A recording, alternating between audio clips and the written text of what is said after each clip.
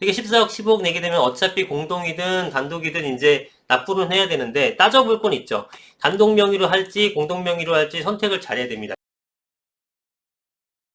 안녕하세요. 반갑습니다. 이송호 소장입니다. 자, 갈팡질팡 부동산 정책 여당 눈치만 보는 정부인데 자, 지금 부동산 정책이 지난 거의 4년 동안 수십 개가 나왔습니다만 결과는 여러분들이 보신 대로 굉장히 엉망진창이 됐죠.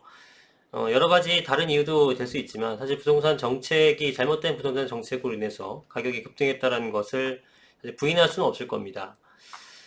지금 국회의원과 담당 부처 공무원이 법률 개정을 놓고 토론하는 문화가 사라졌다. 기존에는 토론을 했다라는 건데 지금은 이런 문화 자체가 사라졌다라는 겁니다. 왜냐하면 여당에서 정부의 어떤 그 의사를 묻지 않고 사실상 거의 단독으로 진행하는 결과를 초래했다라는 거죠. 서로 간에 의견을 조율을 하고 어떻게 하면 좋을지를 서로 타진한 다음에 신중하게 최종 결론을 내야 되는데 사실은 부동산 전문가가 아닌 분들이 그냥 국회에 모여갖고 이거 저렇게 합시다 이렇게 합시다 놓고 그냥 통과시켜버린 거죠. 무려 180석을 갖고 있기 때문에. 자, 이번에 그러면서 개편을 했는데 종부세가 상위 2%로 개편을 하고요. 그 다음에 장기 보유 특별공제라고 해서 오래 보유했던 사람들에 대해서 공제해주는 제도가 있었는데 이것도 차등 적용하는 방안을 확정했습니다. 근데 이거를 정치적 득실을 따진 계약이란 게 대체적인 평가라고 합니다. 다주택자는 적폐다 이런 논리를 가지고 이런 프레임을 갖고 지난 4년간 정책을 짜왔더니 계속 또 잘못된 정책을 계속 나타나게 됐고요. 특히나 세금 부분에 대해서 징벌적 세를 부과를 했는데 세 부담이 순식간에 2배나 3배가 높아지는 법안도 사실 전례가 없었는데 밀어붙여서 다 통과시켜버렸죠. 종부세 최고세율이 2.7%에서 6%로 2배가 넘게 올랐는데 당초에 여기에 대해서 기획재정부 같은 경우는 최대 3%, 2.7에서 3% 높이는 방향을 얘기를 했습니다만 현재 여당에서 6%까지 높이는 그러니까 비전문가들이 오히려 숫자가 많기 때문에 결정권을 다 쥐고 있다 보니까 이런 부작용, 이런 어떤 잘못된 법의 적용을 통과시킨 거고 그 부작용이 속출하고 있는 거죠. 또한 취득세도 사실은 말도 안 되는 거 아니겠습니까? 지금 12%까지 나타나고 있죠. 1년 만에 세부담을 갑자기 2배에서 3배 늘리는 초유의 입법안이 다주택자는 적폐다 논리에 따라서 일사천리 성사됐고 정부가 곧바로 그것을 대책에 반영했죠. 임대차 입법도 마찬가지입니다. 여당 폭주의 결과물. 그렇죠? 야권 인사들의 우려에도 임차인 보호 효과만 부각시켜 단기간에 입법화했죠. 하지만 결과는 신규 전세가 급등, 임차인과 임대인 분쟁, 여러 가지 부작용이 이어졌다. 이거에 대해서 수도 없이 많은 전문가들이 지적을 했지만 눈 하나 깜짝하지 않았죠. 그리고 실제로 우려됐던 사태들이 벌어지고 있는데 거기에 대한 피해는 입법화시킨 국회의원들이 아니라 국민 여러분이 모두 다 감내하고 있는 상황인 거죠. 누굴 탓하겠습니까? 여러분들이 찍어준 국회의원들이 이렇게 해놨기 때문에 할 말이 없는 거예요.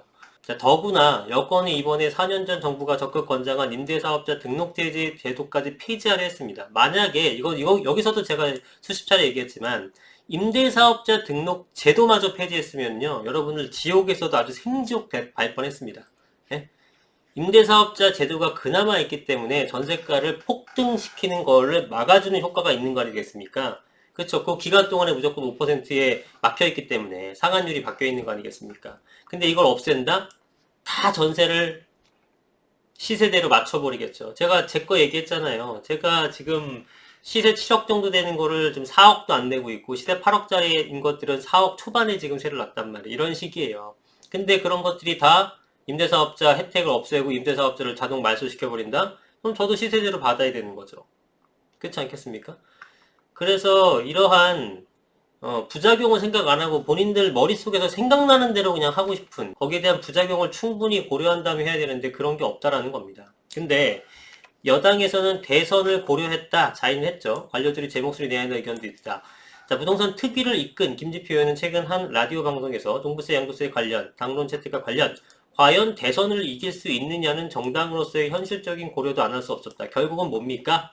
우리가 수도 없이 얘기했지만 정부는 집값 잡을 생각이고 이거는 안중에도 없고 그거는 훗일이고 뒷일이고 제일 먼저는 뭡니까? 표를 어떻게든 받겠다. 그렇게 가는 겁니다. 자, 그래서 아까 상위 2% 종부세 얘기가 나왔는데요. 이 종부세 부부 공동명의 1주택자는 적용이 제외다라고 되어 있는데 이게 어떤 내용인지 간략하게 설명을 드릴게요. 현재 1주택자지만 단독 명의로 갖고 계신 분도 있을 거고 그 다음에 공동 명의로 갖고 계신 분도 있을 겁니다. 단독 명의 같은 경우는 이제 개편안이 통과가 되면 상위 2% 공시 가격을 초과하는 것들만 되니까 11억 원 정도가 넘어가는 것들 정도가 이제 납부를 하게 되는 거예요. 그러면 공동 명의는 지금 현재 공시 가격 12억 원을 초과해주면 세금을 납부하는 거거든요. 그러면 내게 뭐 11억 8천 정도 된다. 그러면은 공동 명의로 하는 게 훨씬 더 유리한 거겠죠. 그런데 이게 한 14억 되고 15억 된다. 그럼 어차피 종부세를 내야 되는데 이때는 단독 명의가 더 유리한 게 뭐냐면 공동 명의로 하게 되면 고령자 공제라든가 장기 보유 공제를 적용해주지 않습니다. 참 희한한 법인데 고령자나 장기 보유 공제는 1주택 갖고 있는 부부한테도 적용시켜줘야 되는 게 제가 볼 때 맞는 건데 지금 현행법은 그렇게 되어 있지 않고 1주택이면서 한 사람 명의로 단독 명의로 되어 있는 것만 적용을 해줍니다. 참 희한한 법인데 전 현재는 그래요. 그러다 보니까 이게 14억, 15억 내게 되면 어차피 공동이든 단독이든 이제 납부는 해야 되는데 따져볼 건 있죠. 얘는 12억 원을 초과하는 거니까 15억이라 그러면 3억 구간에 대해서 내는 거고 단독 명의 같은 건 9억 초과하는 거니까 6억 범위 내에서 내는 거기 때문에 6억보다는 3억이 더 아무래도 세율이 더 싸겠죠. 그러나 여기에 6억이라고는 하더라도 고령자나 장기 보유 같은 것들이 오래 보유하면서 좀 연세가 많으신 분이다. 그러면 이거 더 유리한 경우도 있단 말이에요. 그렇기 때문에 단독 명의로 할지 공동 명의로 할지 선택을 잘해야 됩니다. 요거는 지금 선택을 할 수 있어요. 단독 명의자는 당연히 단독밖에 안 되는 거지만 공동 명의, 부부 공동 명의 같은 경우는 단독 명의 형태로 신고를 할지 공동 명의로 신고를 할지 그거는 선택을 할 수 있습니다. 매년 선택을 달리하면서 적용할 수 있어요. 그래서 올해까지는 당연히 공시 가격 12억 원 초과 미만이라 그러면은 이게 유리한 거지만 내년서부터는 어떤 게 유리할지 좀 따져봐야 될 필요가 있다라는 겁니다. 자, 보세요. 지금 고령자 공제 같은 경우에는 60세 이상이냐, 65세 이상이냐, 70세 이상이냐 이런 거에 따라서 차등으로 적용되고 장기 보유도 몇 년 보유했냐에 따라서 차등으로 적용되는데 이게 40%, 50% 그러니까 90% 실질적인 건 중복해서 80% 정도까지인데요.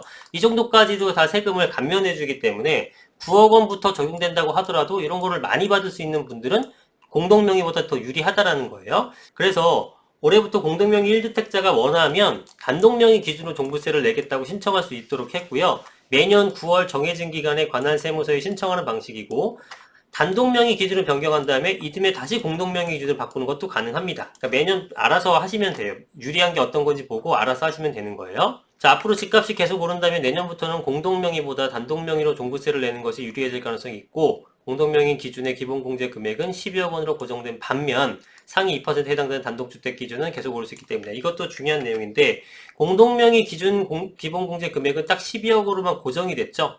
근데 단독명의 기준은 상위 2%에 해당하느냐 안 되니까 상대성 개념인 거고 이거는 절대성 개념인 거예요. 그래서 이것도 잘 따져봐야 됩니다. 내가 만약에 3억이 되더라도 단독명인데 2%에 포함이 안 된다. 그럼 13억짜리도 세금 안 내는 거예요. 그죠? 네. 그런데 12억 원 초과한 거지만 공동명의다. 그러면 납부할 수도 있게 되는 거죠. 참 희한한데 이런 것들을 잘 따지면서 여러분들이 결정을 해야 될 것 같습니다. 자, 종부세 과세 대상자분들은 요거 내용을 좀 더 깊이 있게 공부를 하신 다음에 여기에 맞게끔 전략을 잘 세우시길 바랍니다. 오늘 영상 여기까지 하겠습니다. 감사합니다.